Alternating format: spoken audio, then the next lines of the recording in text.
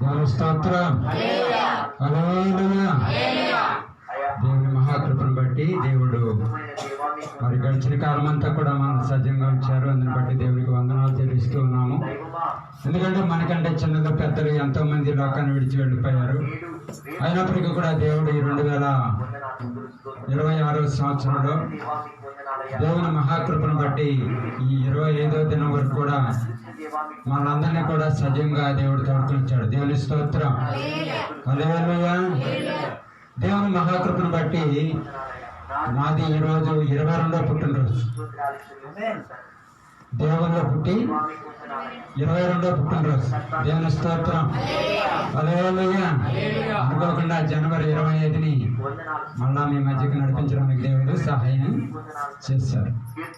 ఈ సమయంలో ఒక మాటను మనం జ్ఞాపకం చేసుకున్నట్లయితే కీర్తన గ్రంథము 42వ కీర్తన ఒకసారి మొదటి నుంచి చూసినట్లయితే, దుప్పి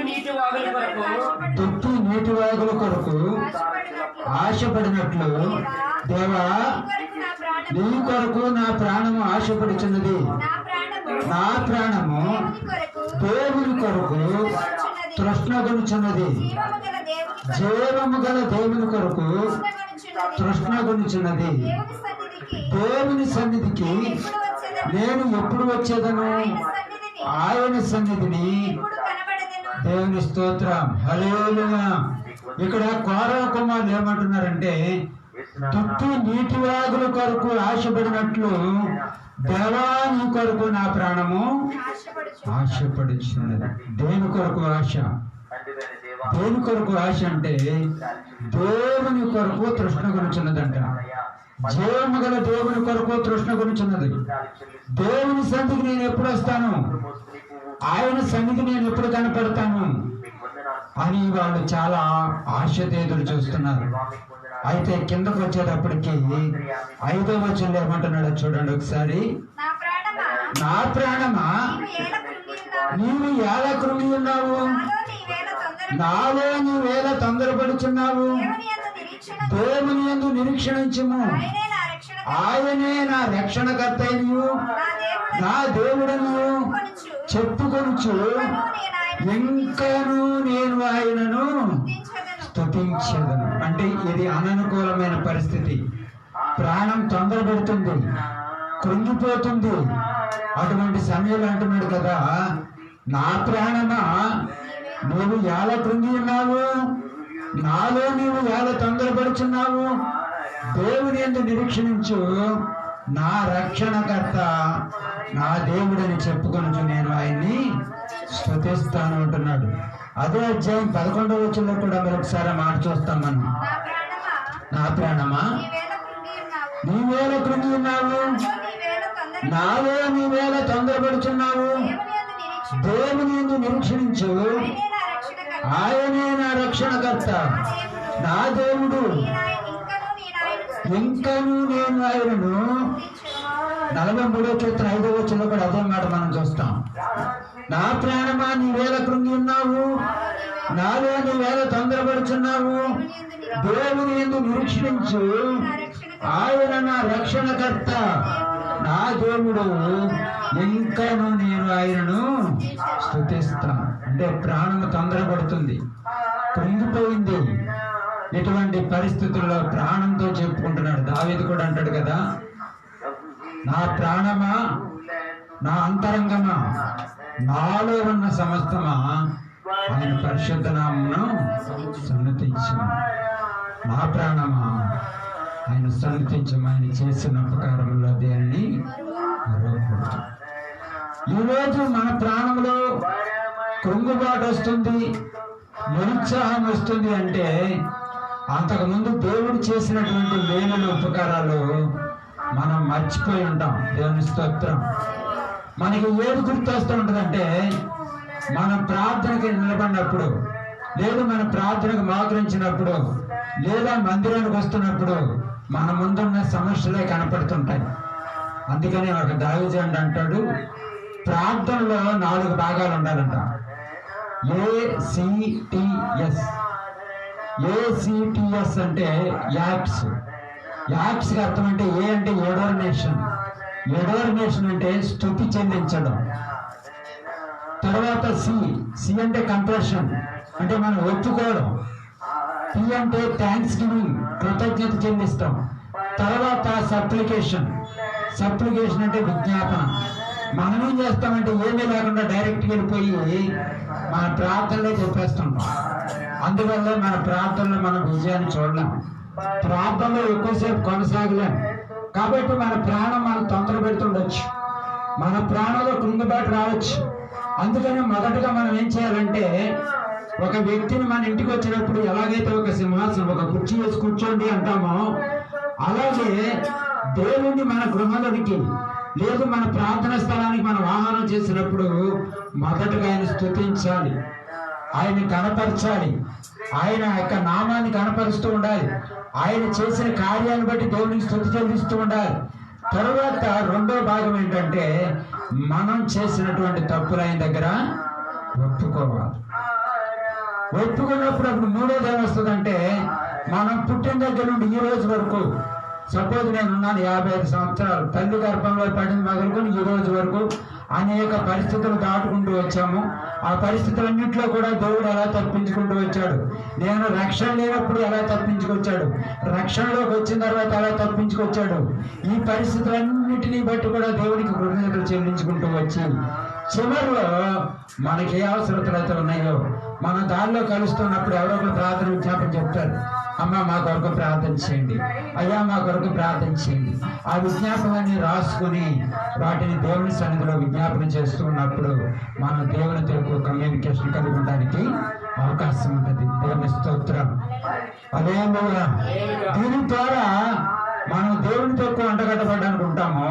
రెండవది ఏంటంటే, దేవుడు చేసిన ప్రతి మేలు ఆనందిస్తూ ఉన్నప్పుడు మనం దేవుడు ఎక్కువగా ఆనందించగలుగుతాం. దేవుని స్తోత్రం. హల్లెలూయా. అప్పుడు మనకి ఈ సమస్య పెద్ద సమస్యగా కనపడదు, ఈ సమస్య పెద్ద సమస్యగా కనపడదు. ఎందుకంటే దేవుని యొక్క లేఖనం ఒక మాట అంటది, నీ విశ్వాసంతో కొండల్ని సముద్రంలో పడంటే పడుద్ది అంటాడు. అంటే విశ్వాసంతో పలకాలి. నేను చాలాసార్లు చెప్పాను, మరి మదర్ తెరెసా గారు ఆవిడ పరిచర్య చేస్తున్నప్పుడు ఆ యొక్క ఆశ్రమం ముందు ఒక కొండ ఉండేదంట. ఆ కొండ దాదాపుగా 7-8 కిలోమీటర్లు తిరిగి ఆశ్రమానికి వెళ్ళాల్సి వచ్చేదంట. రోజు ప్రార్థన చేస్తుండదంట, ఈ కొండ సముద్రంలో పడి, ఈ కొండ సముద్రంలో పడి. అంటే వీళ్ళు అనుకునేవారంట, మా అమ్మగారికి ఏమన్నా మెంటలుగానే వచ్చిందా, కొండేరు సంవత్సరాలు పడమేంటి, కొండ తీసేయి అంటమేంటి, కొండ ఎన్నో సంవత్సరాల నుంచి ఉంటుంది, నేను పుట్టిగా నుంచి ఉంటుంది అని వాళ్ళందరూ కూడా ఆలోచన చేసేవారంట. ప్రార్థన చేస్తూ చేస్తూ చేస్తూ చేస్తూ పలుకుతూ ఉండగా ఒక దానికి సంబంధించినటువంటి ఒక వ్యక్తి వచ్చారంట, ఒక శాస్త్రజ్ఞుడు వచ్చి ఆ రాతిని పరీక్ష చేసినప్పుడు ఆ రాయి దానికి వేరుకో దేనికో పనిచేస్తుందని వాళ్ళు అర్థం చేసుకుని దాన్ని నేల మట్టం తీసారంట. దేవుని స్తోత్రం. హల్లెలూయా. అప్పుడు వీళ్ళకి మార్గం ఏమైందంటే తేలికైపోయింది. 7-8 కిలోమీటర్లు తిరిగి రావాల్సినటువంటి మార్గం దగ్గర అయిపోయింది. మన జీవితాల్లో కూడా అటువంటి కొండలు ఉండొచ్చు. మన జీవితాల్లో కూడా మరి చూస్తాం, మనం గొలియాతుని చూసి అందరూ కూడా భయపడ్డారు. అందరూ కూడా గొలియాతు పొడుగింత, గొలియాతు ఎత్తెంత, గొలియాతు వేసుకున్నటువంటి అండి ఆ కవచం ఎంత, వాడు పెట్టుకున్న కిరీటం ఎంత, వాడు ఏటి పొడిగెంత, వాడేమో 6 మూరలు జన్నడు, ఇట్లాగా ఆ సమస్యను చూశారు. కానీ దావీదు ఏం చేశాడంటే ఆ సమస్య నుంచి తప్పించగల దేవుని చూశాడు. దేవుని స్తోత్రం. హల్లెలూయా. అందుకని ఏం చేశాడు, ఒక వరుసల రాళ్ళు మట్టుకే తీసుకెళ్ళాడు. ఆయన కత్తి పట్టుకెళ్ళలేదు, లేకపోతే ఈటు పట్టుకెళ్ళలేదు, బాలు పట్టుకెళ్ళలేదు. కానీ ఆయన ఒకే ఒక విశ్వాసంతో బయలుదేరాడు. ఏంటంటే, సున్నతులే నీ పిలుస్తుడు, జీవము గల దేవుని తిరస్కరించడుకు వీడు ఏపాటి వాడు, రేపటికి వీడు మాంసాన్ని కాకులకి గెత్తలకి వేస్తానని బయలుదేరాడు. ఈ కర్ర పట్టుకుని వెళ్తుంటుంటే ఆ గొలియాతు అంటాడు, ఏంటబ్బాయి నేను కుక్కను అనుకున్నావా, కర్ర పట్టుకుని వస్తున్నావు, నువ్వు కుక్కవే, ఎందుకంటే నాలో ఉన్నవాడు గొప్పవాడు. దేవుని స్తోత్రం. కాబట్టి విశ్వాసంతో ఆ ఒడిసెలతో కొట్టినప్పుడు వాడు పడిపోతే వాడి వల్ల కత్తి తీసి వాడు తల నరికిస్తాడు. ఈరోజు మనం కృంగిపోతున్నాము, ప్రార్థనలో వెనకబడిపోతున్నామంటే దేవుడు చేసినటువంటి మేలులు, దేవుని యొక్క ఔన్నత్యాన్ని మనం గుర్తించలేని వారికి ఉండిపోతున్నామేమో. మరి ఎంతో గొప్ప కార్యం చేస్తాడు ఏలియా గారు. ఏలియా గారు అంటే చాలా గొప్ప భక్తిపరుడు, ప్రార్థనాపరుడు, మనందరికీ తెలుసు. వారి బయలు ప్రార్థనతో మరి తన ఒక సవాల్ తీసుకుని మరి వాళ్ళందరినీ కూడా సంహరించినట్లుగా మనం 1 రాజుల గ్రంథం 18వ అధ్యాయంలో చూస్తాం. కానీ 19వ అధ్యాయంలోకి వచ్చేప్పటికి యెజెబెలు ఆయన చంపేస్తానని అన్నప్పుడు ఆయన కూడా బదిలీ రక్షణ కింద ఉండి ఏమంటున్నాడంటే, ఇంత మట్టుకు నా ప్రాణం చాలు, నేను చేసింది ఇక చాలు, నా ప్రాణం తీసుకుంటే చాలు, ఆడదాంట్లో చేతిలో చచ్చిపోయేదానికంటే నాకు నేనే చచ్చిపోవడం మేలు అనుకున్నాడు. కానీ దేవుడు విడిచిపెట్టాడు. వాళ్ళ అప్ప నీళ్లు తీసుకొచ్చి తన బలపరిచి, అయ్యా నువ్వు శక్తికి మించిన ప్రయాణం ఉందని ఏలియాని బలపరిచాడు. దేవుని స్తోత్రం. హల్లెలూయా. కొన్నిసార్లు మనం కూడా చాలా ఆశీర్వాదాలు పొందుకుంటూ, చాలా మేలు పొందుకుంటూ, ఆ టైంలో చాలా దేవుడు గొప్పోడు, దేవుడు గొప్పోడు, గొప్ప దేవుడు, గొప్ప దేవుడు, శక్తిమంతుడు అని చెప్పేసి ఆ టైంలో సంకలు కొట్టుకోవచ్చు, దేవుని కనపరచవచ్చు. కానీ ఏదైనా చిన్న సమస్య వచ్చినప్పుడు, అయ్యో ప్రభా నాకే ఎందుకు బాధ వచ్చింది. ఎలీషా ఒక పనివాడు కూడా పొద్దున్నే లేచి, అయ్యో మా పని అయిపోయిందయ్యా అని ఎలీషా దగ్గరికి వెళ్తాడు. ఎలీషా దగ్గరికి వెళ్ళినప్పుడు ఎలీషా అంటాడు, తండ్రి వీడు చూసినట్టు వాడి కన్నులు తెరువు అంది. మరి కళ్ళు లేకుండా చూస్తాడా? చుట్టూరు పర్వతం, చుట్టూరు గుర్రాలు, రథాలు. అంటే ఎలీషా ప్రార్థన చేసింది ఏంటంటే, వీడి బాహ్య నేత్రాలు మూయబడి మనోనేత్రాలు తెరవబడాలి, దేవుని చూసే కన్నులు తెరవబడాలని చెప్పి ప్రార్థన చేసినప్పుడు ఆ పర్వతం చుట్టూ ఏమన్నాయంటే అగ్ని రథాలు, అగ్ని గుర్రాలు ఉన్నాయి. దేవుని స్తోత్రం. హల్లెలూయా. అలాగా దేవుని యొక్క క్రియలు, దేవుని యొక్క మహోపకారాలు, దేవుని యొక్క కార్యాలు చూడాలంటే మనము దేవునితోటి కనెక్ట్ అయి ఉండాలి. దేవుని యొక్క హృదయాన్ని ఇప్పుడు ఇందాక చూసాం. మరి కొర్నేలి ఇంట్లో ధర్మ కార్యాలంట ఆయన సన్నిధికి జ్ఞాపకార్థంగా చేరినాయంట. మన యొక్క ప్రార్థన దేవుని సన్నిధికి చేరుతుందా? మనం చేసే ధర్మకార్యాలు దేవుని సన్నిధికి చేరగలుగుతున్నాయా? కనీసం మన ప్రార్థన పక్కోడుగానే వినపడుతుందా? గట్టిగా నోరు తెరిస్తే ఇబ్బంది ఏమో అని చెప్పేసి ఏమన్నా నోరు మూసుకుంటున్నామా? చాలా సార్లు మనం గట్టిగా నోరు తెరుద్దాం అనుకుంటాం, ఆడంటాడు అయ్యే ఆగా వాళ్ళు ఆవిడ డిస్టర్బ్ అవుద్ది అన్నట్టుగా అపవాది కొన్నిసార్లు మనకి సంజనిస్తూ ఉంటాడు. ఆ టైంలో నువ్వు ఏం చేయాలంటే ఇంకా ఎక్కువగా నోరు తెరవాలి. గుడ్డోరు తెలుసు మనకి భక్తులమై దారి పక్కన వెళ్తున్నప్పుడు యేసు ప్రభు గారు వస్తున్నారని చెప్పేసి ఆయన్ని దావీదు కుమారుడా నన్ను కరుణించన్నాడు.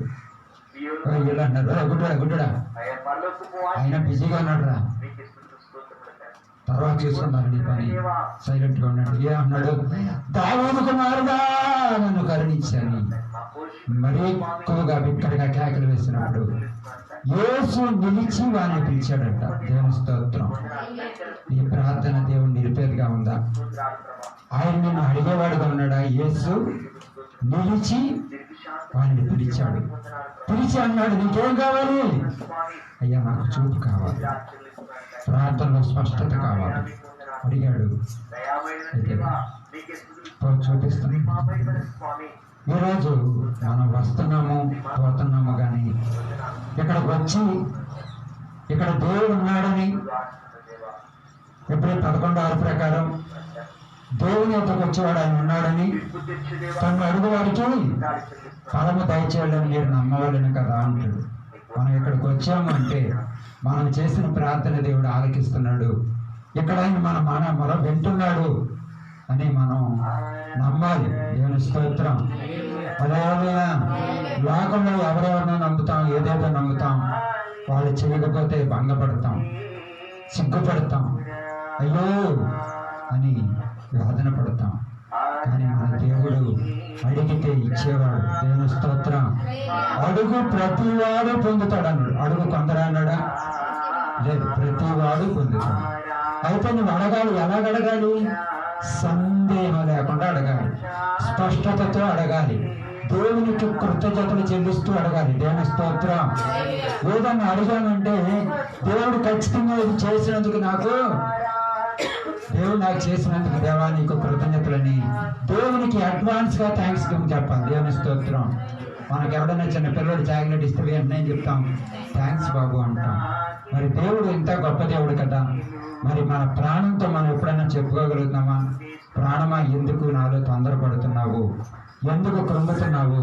నా దేవుడు గొప్పవాడు. 1 యోహాను పత్రిక 4:4 ఏమంటాడు? లోకంలో ఉన్నవాడి కంటే నాలో ఉన్నవాడు గొప్పవాడు. ఆయన సర్వశక్తిమంతుడు, ఆయనకు అసాధ్యమైనది ఏదీ లేదు. ఆయన నిన్నాడు, నిరంతరము మారని దేవుడు, మార్పు లేని దేవుడు.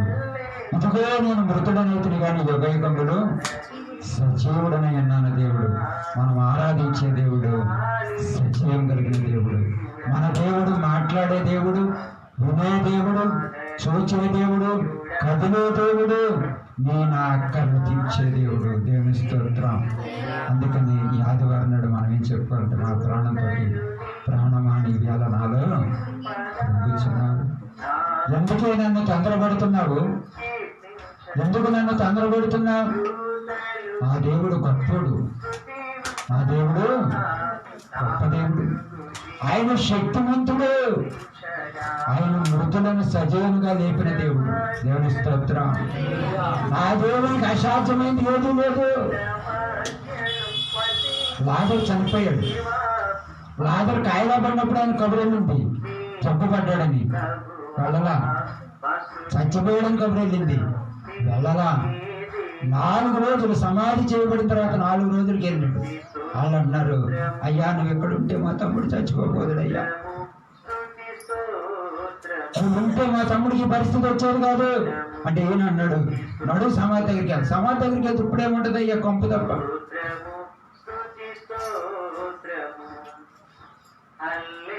పునరుత్థానంలో లేస్తాడు, అప్పుడు చూస్తాడు అంటుంది. కాదు నడుపుడే సమాధి దగ్గరికి వెళ్దామంటే, సమాధి దగ్గరికి వెళ్తే ఏముంటుంది అయ్యా కొంపు అంటే, నీవు నమ్మినడలా దేవుని మహిమను చూస్తావని. లాజరు సమాధి దగ్గరికి వెళ్ళి ఆయన కన్నీరు విడిచి ఒక ప్రార్థన చేస్తాడు. తండ్రి, నా మనవి నువ్వు ఆలకిస్తున్నందుకు నీకు కృతజ్ఞతాస్తుతులు చెల్లిస్తున్నాను. హల్లెలూయా, హల్లెలూయా. నువ్వే గొప్ప దేవుడు అని, నువ్వే కార్యం చేసావని, ఈ చెడును చూచినట్లు నేను చేసిన ఈ మనవి ఆలకించినందుకు నీకు కృతజ్ఞతాస్తుతులు చెల్లిస్తూ ఉన్నాను అని లాజరు బయటికి రాని బిగ్గరగా పిలిచినప్పుడు లాజరు ప్రేత వస్త్రములతో కట్టబడినవాడి సజీవుడిగా లేచాడు. దేవుని స్తోత్రం. హల్లెలూయా. బైబిల్లో చూస్తే ఎన్నో కార్యాలు దేవుడు ఆది కాండం నుంచి ప్రకటన గ్రంథం వరకు 66 పుస్తకాలు కూడా చదువుతుంటే ఎన్నో ఆశ్చర్య కార్యాలు, కంటికి కనపడనివి, చెవికి వినపడని, హృదయానికి గోచరం కాని కార్యాలు ఎన్నో చేశాడు. చేస్తూనే ఉన్నాడు. ఆయన చేసి ఆగిపోయిన దేవుడు కాదు, చేస్తూనే ఉన్నాడు. దేవుని స్తోత్రం. హల్లెలూయా. ఆయన పాస్ట్ టెన్స్ దేవుడు కాదు, ప్రజెంట్ టెన్స్ టైంలో కాదు, ఫ్యూచర్ టెన్స్ కంటిన్యూస్ ఎప్పుడు కూడా జరిగిస్తూనే ఉన్నాడు. దేవుని స్తోత్రం. హల్లెలూయా. 2025 సంవత్సరాలు, 26 సంవత్సరాల క్రితం నీ కొరకు నా కొరకు నరావతారిగా వచ్చిన దేవుడు 33.5 సంవత్సరాల వరకు కూడా ఎన్నో అద్భుతాలు, 30 సంవత్సరాల వరకు తల్లిదండ్రులతో ఉండి కేవలం 3.5 సంవత్సరాల వయసులో ఆయన గొప్ప కార్యాలు చేశాడు. ఆయన చేసిన కార్యాలు ఇంకేమన్నాడంటే, నా యందు విశ్వసించిన వారు కూడా నాకంటే గొప్ప కార్యాలు చేస్తాడంటే. దేవుని స్తోత్రం. హల్లెలూయా. మనమేమనుకుంటాం అంటే, ప్రభువా ఇది చెయ్యయ్యా, ఈ జ్వరం తగ్గించయ్యా, ఈ చీకటి నన్ను బంధించేస్తుందయ్యా, ఇది నన్ను బాధ పెట్టేస్తుందయ్యా, రాత్రి నిద్రనొత్తలేదయ్యా అని దేవుణ్ణి అడుగుతాం.